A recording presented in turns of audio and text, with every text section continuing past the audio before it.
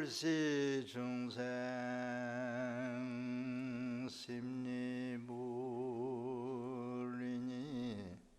수자근감 무이무리로다나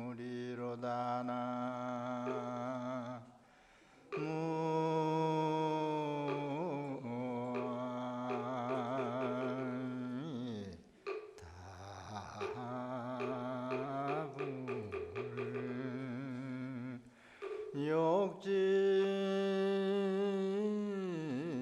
일체 제불원인된 오자무명 본시 불이로다나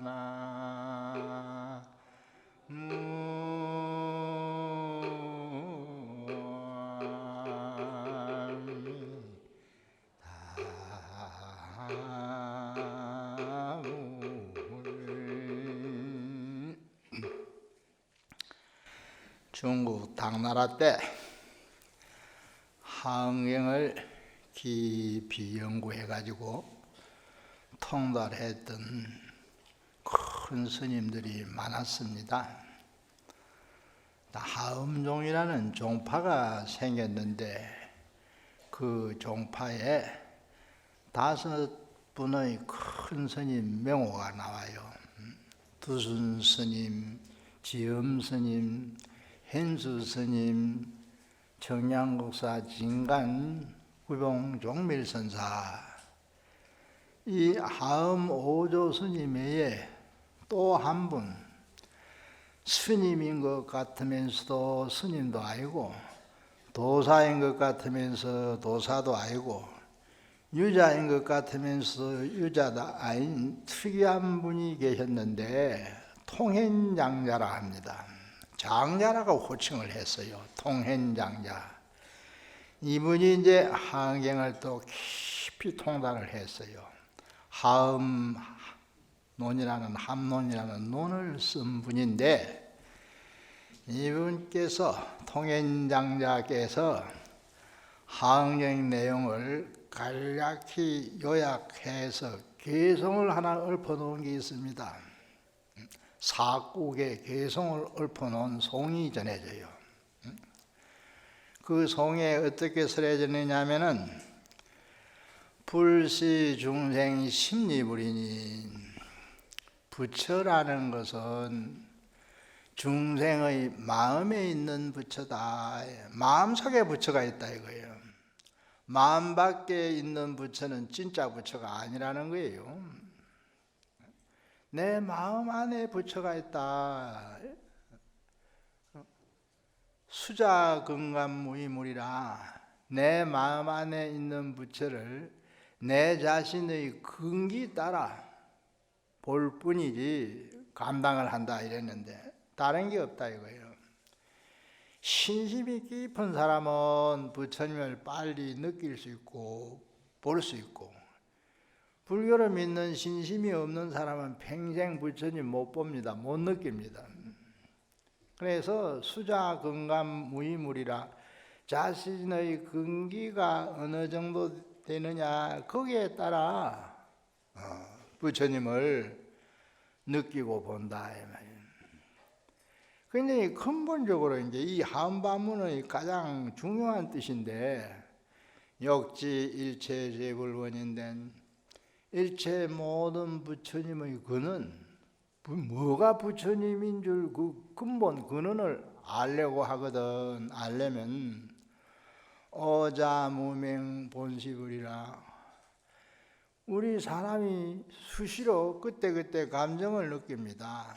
슬플 때는 눈물을 흘릴 때도 있고 또 기쁠 때는 웃을 때도 있고 괴로울 때는 한숨을 쉴 때도 있고 또 화가 날 때는 노여워 그냥 얼굴에 노한 표정이 나타날 때도 있고, 말하자면 그때그때 일어나는 감정, 화를 내거나 눈물을 흘리거나 웃거나 괴로워할 그때 감정이 일어나는 그 마음자리가 부처다 이 말이에요.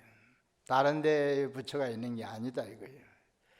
그래서 이제 통인장자는 이 사국의 개성을 하음의 대의를 나타낸 것이다. 이렇게 이제 설했다는 겁니다. 남겼다는 것입니다. 오전에 이어 이제 하장세계품을 좀 더 설명해 드려야 하는데, 불교는 우리 중생들의 마음에 부처의 세계가 느껴지도록 하는 것, 이게 중요한 겁니다. 내 마음에 부처님 세계가 안 느껴지면 불교가 잘 믿어지는 게 아니에요. 그래서 이제 이 중생 세계가 부처의 세계가 되도록 이렇게 이제 하는 것이 일반적으로 말하는 불국토 건설인데, 이 하은경에서는 부처님 세계를 하장세계라 하고, 또 우리 극락세계 아시죠? 아미타 부처님이 교주로 있는 서방극락세계 서쪽에 있다 이렇게 말하기도 해요. 또는 동방에 마늘세계가, 부처님 세계도 여러 곳이 있어요. 극락세계는 죽어서 극락 가자 이렇게 이제 영가를 천도하면서 그렇게 축원해 드리거든요. 망축을 그렇게 해드립니다. 여기 하은경에서는 하장세계, 비로자나 부처님 계시는 세계, 또 오방불이 있을 때는 그 오방, 동서남북 사방하고 중앙에 있는 방위를 합해서 오방이라고 그래요. 오방불이 있다고 그래요.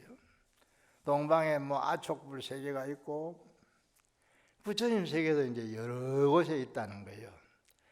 그래서 부처님 세계가 이제 이런 세계 저런 세계 여러 가지로 설명되는데, 어떻든 내 마음속에 부처님 세계가 느껴져야 돼요. 극락세계가 느껴지든지 하장세계가 느껴지든지 동방마늘세계 유리강세계가 느껴지든지, 또는 미륵교에서는 저 도설천을 정토로 합니다. 욕계 육천에 있는 천상인데도 느껴집니다.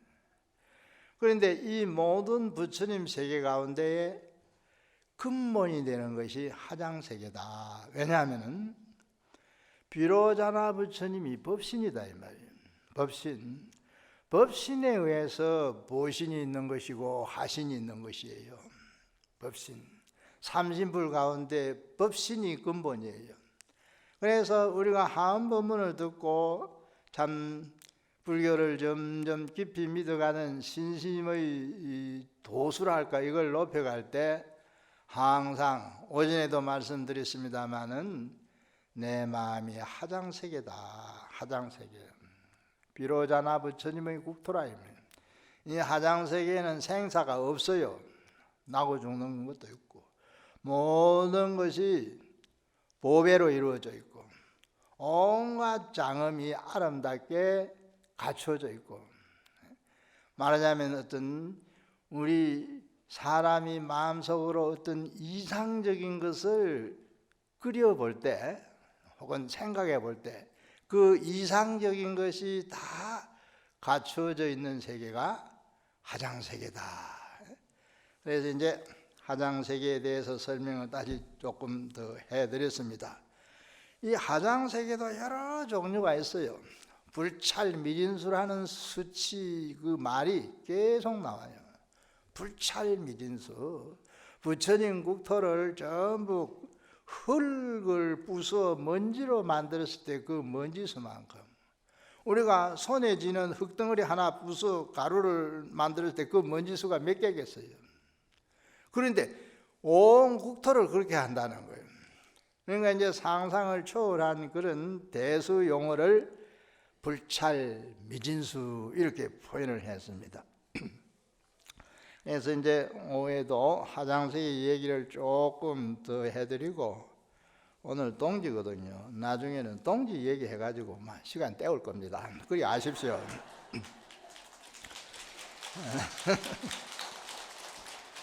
태방강 불화응경 하장세계 품제 오로다나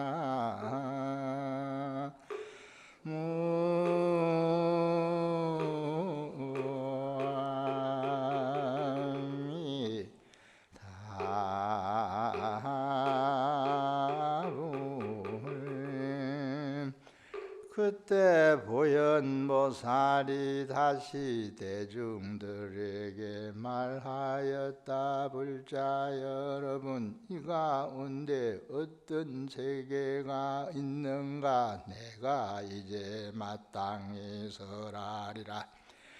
불자여 이 불가설 불찰미진수 향수해 가운데에 불가설 불찰미진수 세계종이 있으니 낱낱의 세계에 각각 다시 불가설 불찰미진수 세계가 있느니라. 불자여 저 모든 세계 중이 세계 가운데서 각각 따로 있으며 각각 모양이 다르며 각각 체성이 다르며 각각 방향과 이치가 다르며 각각 들어감이 다르며 각각 장음이 다르며 각각 문제가 다르며 각각 행렬이 다르며 각각 차별되며 각각 몇 가지가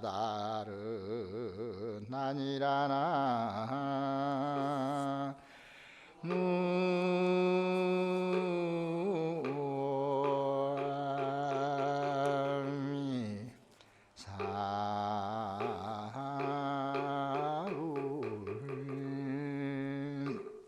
자, 오전에 이미 말씀드렸죠. 하장 차례가 내 마음에 있는 세계다. 우리 모두의 마음에 있는 세계예요. 왜냐하면 우리 마음이 불성이거든요. 불성 그 당체가 비로자나 부처님이에요. 비로자나라는 말은 바이로차나를 소리 나는 대로 옮긴 말인데 끝없는 빛이 비춰져 나온다 이런 뜻이에요. 빛이. 그래서 불교에서는 사람의 마음을 강맹이라 합니다.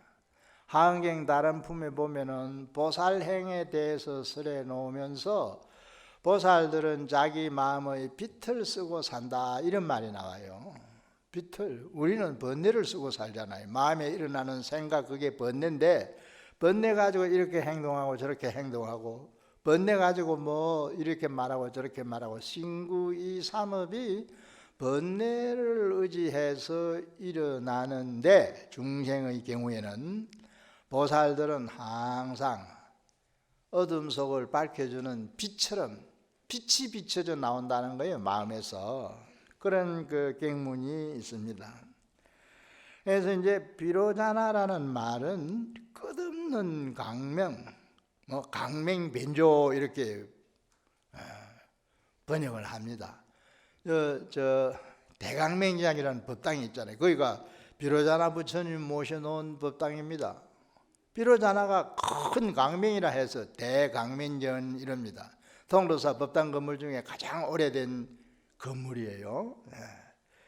그래서 비로자나는 그런 뜻이다. 이 비로자나의 하장세계해에 대해서 보현보살이 설명을 더 해가는 겁니다. 보현보살이 다시 대중들에게 말하였다. 불자 여러분, 이 가운데에 하장세계해 가운데에 어떤 세계가 있는가? 하장세계에도 여러 종류가 있다 이거예요. 어떤 세계가 있는가? 내가 지금 마땅히 설하겠습니다. 말씀해 드리겠습니다 이 말이에요. 불자 여러분, 이 불가설 불찰 미진수 향수해 가운데에 향수해 오전에 설명했잖아요. 풍윤후에 있는 향수해 가운데에 불가설 불찰 미진수 세계 종류가 이런 세계 저런 세계 온갖 세계가 거기에 머물러 있다 이거예요. 향수회 가운데에 온갖 종류의 세계가 있다 이 말이에요. 낱낱 세계종이 그 하나하나 이런 종류 저런 종류 세계종이 다시 또 불가설 불찰 미진수 세계가 있습니다. 하흥경 법문 교의를 요약해 놓은 십편문이라는 그 하음 철학이라 하는 그런 교리가 있습니다. 거기에 이제 이런 말이 나와요. 중용무진이라는 거예요. 중용무진이에요. 끄덕끄덕. 그래서 하음경은 이 모든 것이 중용무진으로 설해집니다. 사실이 이제 이 부처님이 처음 성도한 곳에서 설법을 하다가 나중에는 천상으로 올라가고 또 나중에 지상으로 내려오고 이 하흥경을 설하는 장소가 바뀌는데 그런데도 불구하고 여기만 설하는 것이 아니라 다른 데도 설한다는 거예요. 보광명견에서 부처님이 하음법문을 설하면은 다른 세계의 보광명견에서 또 설한다는 거예요. 도설천에 올라가서 법을 설하면은 다른 세계의 도설천에서 또 설한다는 거예요. 참 묘한 말이 나와요. 그래서 부처님은 가면서도 감이 없다 그래요. 마음이라는 것이 원래 이 오고 가는 왕래가 없는 거예요. 그러면서도 이제 마음이 여기 설법집 안에 앉아 계시면서도 마음을 집에 보내서 생각하면은 집에 누가 잘 있는가 이 생각도 금시 할 수 있잖아요. 그러면은 여기에 있는 내가 마음으로 집에 생각을 했는데 집안일을 생각했는데 그 마음은 집으로 갔다 말할 수 있는 거죠. 그런데 그 마음이 여기서 생각했으니까 여기도 있는 거죠. 여기도 있는 마음이 집에도 간 거예요. 지역적으로 옮기면은 통도사는 양산시에 속하는 지역인데 저 서울에 있는 사람을 생각하면 내 마음이 벌써 서울에 갑니다. 그래서 마음은 오고 감이 없는 거예요. 몸이 오고 가듯이 왔다 갔다 하는 게 아니다 이 말이에요. 그래서 법당 안에 들어와 있을 때 몸은 법당 안에 있으니까 마음도 법당 안에 있겠지. 제 안에서 생각할 수 없어요. 법당 밖에도 마음은 있어요. 영축산 저 꼭대기에도 있고 저 부산에 가면 해운대도 있고 영도에 가면 태종대도 있는데 가본 사람은 거기를 생각하면은 내 마음이 동시에 통도사에 있으면서 해운대도 가고 태종대도 가는 겁니다. 그래서 가도 감이 없는 거예요. 와도 오미 없는 기고. 인생의 그 삶 자체가 하음 철학에서 볼 때 태어나도 태어남이 없는 거예요. 죽어도 죽음이 없는 거예요. 태어나는 거는 이 세상에 볼 때는 왔다는 뜻이 되잖아요. 죽은 건 우리 저승 갔다 이렇게 말하게 돼요. 갔다는 뜻이 되잖아요. 그래서 몸은 태어났다 죽으면 왔다 가는 거예요. 그러나 마음은 그렇지 않다는 거예요. 온 일도 없고 간 일도 없다는 거예요. 이렇게 이제 좀 심층적으로 심오하게 설합니다. 저 모든 세계 종류가 하장 세계의 항수의 가운데에서 각각 여기 있고 저기 있고 의주하는 것이 다르다 이 말이에요. 모양도 다르다 이 말이에요. 체성도 다르다 이 말이에요. 이치, 방향도 다르다 이거예요. 들어가는 것도 다르다 이거예요. 장엄되어 있는 모습도 다르다. 이게 뭐냐? 마음의 묘용을 설해놨다 할까? 해통해서 말하면 사람 마음 금시 웃다가 또 기분 나쁜 소리 들으면 금시 화를 낼 수도 있어요. 그러다가 또 이제 풀어져 가지고 마음이 부드러워지고 오날. 그러니까 이 하장 차례는 마음에 일어날 수 있는 어떤 심리적인 상태랄까, 심리적인 상태 하나하나를 전부 세계라고 그렇게 놓고 생각할 수도 있지 않습니까? 그렇게 설해 놓은 겁니다. 그리고 이제 가지가 또 다르다. 각각 힘. 불교는 이제 신앙 정서를 두고 말할 때는 우리가 아까 이제 이 통현장자의 사국의 개성을 소개할 때는 부처님이 우리 마음에 있는 부처다. 근데 이제 그 부처를 느껴야 되거든요. 느끼는 거예요. 사람이 서로 느껴야 친해지는 거예요. 좋은 뜻으로 생각을 하고 친화적인 그런 생각을 하고 이래야 가까워지고 뭐 친구가 될 수도 있고 협조가 될 수 있고 이런 겁니다. 부처님도 마찬가지예요. 부처님도. 그래서 이제 부처님을 열심히 생각하면은 부처님의 가피가 온다는 거예요. 부처님의. 이게 불교 신앙을 얘기할 때 하는 얘기입니다. 우리가 기도를 열심히 하면 가피를 입는 수가 있다 이래요. 왜냐하면 부처님은 깨달음을 얻은 성자라 할까 무량한 공덕을 갖고 있다 이거예요. 그래서 빛이 그 밝음을 많이 갖고 있으면은 어디든지 비춰줄 수 있잖아요. 어둠을 물리치면서. 부처님의 그 무량한 공덕은 중생에게 전부 가피를 입혀줄 수 있는 거예요. 그래서 이제 그게 몰래 오는 겁니다. 몰래. 내가 알게 오는 게 아니고 몰래. 몰래. 우리가 뭐 예를 들면은 어쩌다가 몸이 이상해가지고 병원에 가 진찰을 받아보면은 몸에 어디 안 좋은 데가 있다. 병이 발병돼 있다. 이런 걸 이제 아는 수가 있잖아요. 그 병이 몰래 걸리니. 병군이 내 몸에 침입하면서 네 몸속으로 들어간다 알려주고 들어오는 게 아니다 이거요. 몰래 오는 건. 부처님과 앞에도 몰래. 그래서 밀이라 합니다. 삼밀가지란 말이 있는데 밀교에서 주로 쓰는 말인데 비밀스럽게 몰래 오는 거예요. 비밀스럽게. 그런데 이제 우리가 비밀스럽게 몰래 오기 때문에 잘 모르는 경우가 많아요. 못 느껴.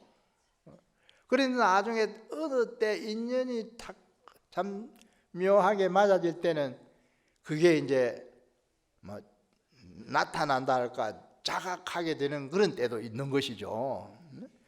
여기서 이제 역가지란 말이 나와서 이제 그 가피에 대해서 잠시 설명했습니다.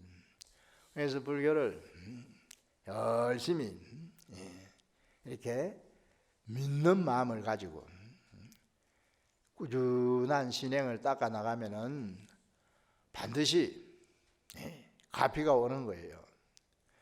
우리가 물리적인 그런 차원에서 예를 들어 설명하자면은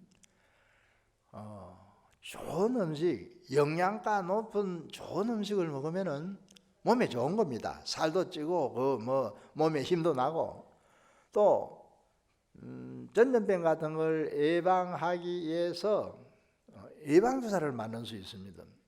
예방주사를 맞아 놓으면은 안 맞는 경우보다는 그 병에 걸리지 않을 그 말하자면은 확률이 높아지는 거예요. 그래서 이제 이 신심을 가지고 산다는 게 불교에서는 이걸 법의 재산이라 그래요. 법의 재산. 우리는 이제 뭐 돈 많이 벌고 뭐 부동산이라든지 이런 토지 같은 거 많이 갖고 있는 거 부자다 하잖아요. 그건 재산이 많다는 얘기예요. 재산이 그런 금전이나 부동산, 물질적인 것만 재산이 아니고 정신적인 재산이랄까? 불법을 믿는 그 신행에 있어서는 법의 재산이 있다는 거예요. 지금은 뭐 함살림입니다만은 가끔 이제 이 3월달에는 개살림을 하는데 금년 봄인가 저도 한번 참석했지 않습니까? 보니까 이 30년 뭐 50년 계속 보살계를 받은 사람이 있다고 무슨 기념 뭐 메달 같은 걸 주는 걸 봤습니다. 그게 이제 말이 그렇지 통도사 보살계 할 때 30번을 참석했다. 이 특이한 일 아닙니까? 그러니까 그거는 그 개살린 공덕을 가지고 말할 때는 30년을 계속 했으니까 안 한 사람보다 훨씬 뭔가 저축되어 있는 게 있는 거예요. 하암살림도 마찬가지겠죠. 하암살림을 뭐 10년 이상 뭐 또 아까 오전에 하암살림 역사, 제가 하암살림 시작한 지가 1975년부터 시작했습니다. 40년을 하는 법문 했어요. 그러면 그렇게 많이 참석하면 그만큼 뭔가 그 업적이라 할까, 청법한 그 공덕이 쌓여 있다 볼 수 있는 거예요. 이 세상은 그렇게 뭔가를 정리해서 평가하고 있지 않습니까? 그래서 항상 불법을 가까이 하고 좀 더 이왕지사 믿는 것을 독실하게 믿으면은 반드시 부처님의 가피가 온다. 인생의 최후 문제가 뭐냐? 최후 문제. 우리는 현실 속에서는 내가 경제적으로 어려움이 있고 가족들 사는 그 참 생활 환경이 궁핍하다 할 때는 경제적으로 여유 있게 좀 벌어가지고 좀 이렇게 잘 살 수 있도록 하는 거 아니겠습니까? 그게 현실적인 문제에서는 뭐 당면 가지랄까 이렇게 말할 수 있어요. 그러나 인생이라는 것은 유한한 인생이고 또 언젠가 때가 되면은 그냥 호련히 이 세상 인연을 마감하고 떠나야 된다면, 그러면 그 다음은 무슨 문제냐? 내가 죽고 나면 죽은 다음에 무슨 문제냐? 죽고 나도 내 인생의 문제는 있습니다. 죽음으로써 내 인생의 문제가 전부 끝나는 거 아니에요. 그렇게 믿는 거는 불교에서는 사견이라 합니다. 사견. 그럼 다음 생에 문제가 있다고 일단 말할 수 있는 겁니다. 그런데 불교에서는 최후의 문제는 해탈이라고 이래요. 생사를 벗어나는 해탈의 문제가 있다. 그래서 불교의 근본 사상을 해탈 사상이다, 교리적으로 이렇게 설명을 하고 최후의 목적을 해탈이라는 거예요. 해탈해야 된다는 거예요. 해탈, 벗어난다. 구속된 속박 상태에서 풀려난다는 거예요. 달리 말하면, 쉽게 말하면 괴로운 상태를 벗어나야 된다는 거예요. 존재하는 것은 근원적으로 괴로움의 상태에 빠져 있다는 거예요. 생사를 괴로움이라 했으니까 태어나고 죽는 생사 자체를 괴로운 일이라 했어요. 그래서 생사의 고통이다 이럽니다. 그러니까 그게 해결돼야 된다는 거예요. 그러니까 이제 현실에 안주해서 현실에 집착해서 볼 때는 지금 당장의 문제, 살아가는 생계의 문제도 있고 집안의 문제도 있고 또 사회적으로 내가 활동하는 데 있어서 때로는 명예를 얻어야 되고 권력을 또 누려야 되고 이런 등등의 문제가 있지만은 그건 최후의 궁극적인 문제가 아니라는 거예요. 궁극적인 문제. 그래서 항상 불교를 믿는 마음에서는 불교의 그 근본 목적이 한 번씩 내 마음속에 생각되어 일어나야 된다. 화장세계가 우리 마음의 화장세계다 원래. 그래서 이제 화장이란 말, 꽃이 온갖 꽃이 다 꾸며져 있다는 뜻이라 했지 않습니까? 눈에 보이는 데도 있고 안 보이는 데도 있어. 꽃이 이건 뭐냐? 아름다움을 상징하는 것이고 조화된 걸 상징하는 거예요. 사람 마음을 여유 있게 가지고 어떤 상황을 그게 원칙, 자기가 가지고 있는 어떤 원칙에 비춰볼 때 이게 틀렸다. 때로는 그걸 융통할 수 있어요. 이런 우스운 예의가 근래 하나 있더라고요. 실화락해요. 어느 불자님, 신도님이었는데 아들이 몰래 여자를 새겨가지고 연애를 했는 거예요. 그래 어느 날 그 사이에 아무 말도 없었는데 어느 날 여자를 데리고 인사를 시키더래요. 그 집에 마침 할아버지가 계셨대요. 그래서 이제 아버지, 어머니, 할아버지가 있는 데서 아들이 사귀던 여자를 들어와가 아버지, 어머니, 제가 미처 말씀드리지 못했는데 제가 그동안 이 여자와 사귀어가지고 결혼을 해야 될 처지에 놓였습니다. 이러는 거예요. 네 무슨 아버지가 네 무슨 말을, 그게 무슨 말이냐니까. 생긴 지 6년이 됐는데 제가 아마 돼가지고 아기를 가졌습니다. 이러는 거예요. 아이고, 아버지가 또는 할아버지, 아버지가 있는 앞에서 아들이 뜻밖의 그런 말이 정신이 하나 뜨는 거예요. 뭐라고? 이 집안 가문의 망신을, 어머니가 깜짝 놀라는 거예요. 처음 만나는 여자를 데려와가지고. 그래가지고 막 참 분위기가 어색해졌다 할까, 딱딱해졌다 할까. 할아버지가 보통 할아버지가 아니에요. 할아버지가 이제 아버지, 어머니가 깜짝 놀래가지고 집안 망신을 시켰다는 이 말을 한데, 할아버지가 여유있게, 야, 이 바보 같은 놈아, 6년이나 책해가지고 와, 인제 하나 만들어 왔노? 두세 개 만들어 오지? 말을 이리 돌리버리는 거예요. 할아버지의 여유, 유머러스한 그 어떤 표현, 어쩔 거예요. 이왕기사 그렇게 임신을 해왔다는데. 그래서 이제 우리가 그때 현실 속에서 말하자면 맞닥뜨리는 여러 가지 경계가 있어요. 그럴 때 이게 내 마음에 맞으면은 괜찮지만 내 마음에 안 맞을 때는 그냥 부하도 씻었고 그게 못마땅해가지고 역정이 나고.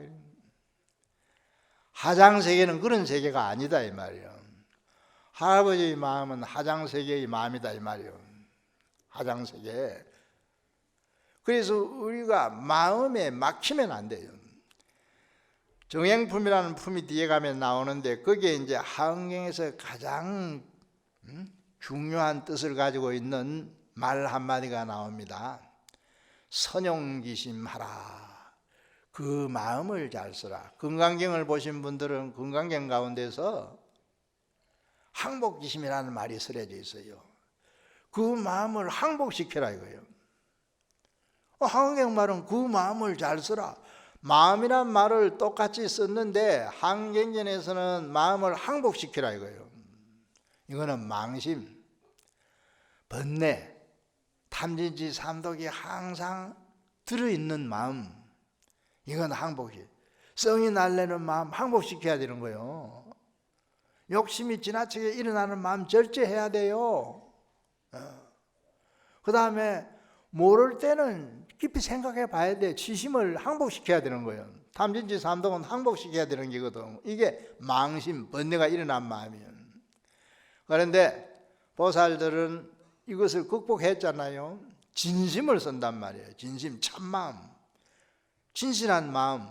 이건 잘 써야 되는 게 항상 어느 때든지 진심을 쓰고 살아야 돼요. 참마음, 참진짜. 그러니까 말이 다르잖아요. 항복시키라는 마음은 망심, 탐진치 삼독이 일어나려는 마음이고, 잘 쓰라는 마음은 항상 진실한 마음.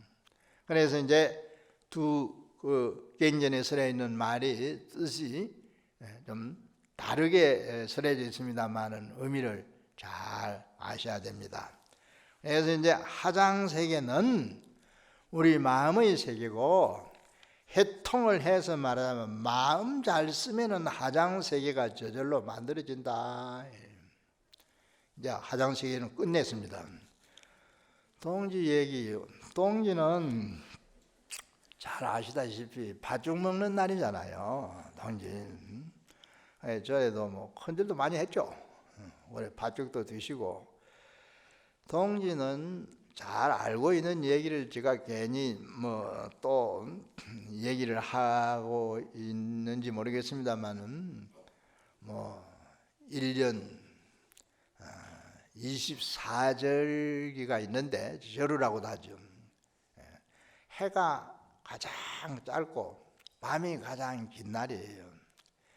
이걸 이제 음양으로 말합니다. 음양.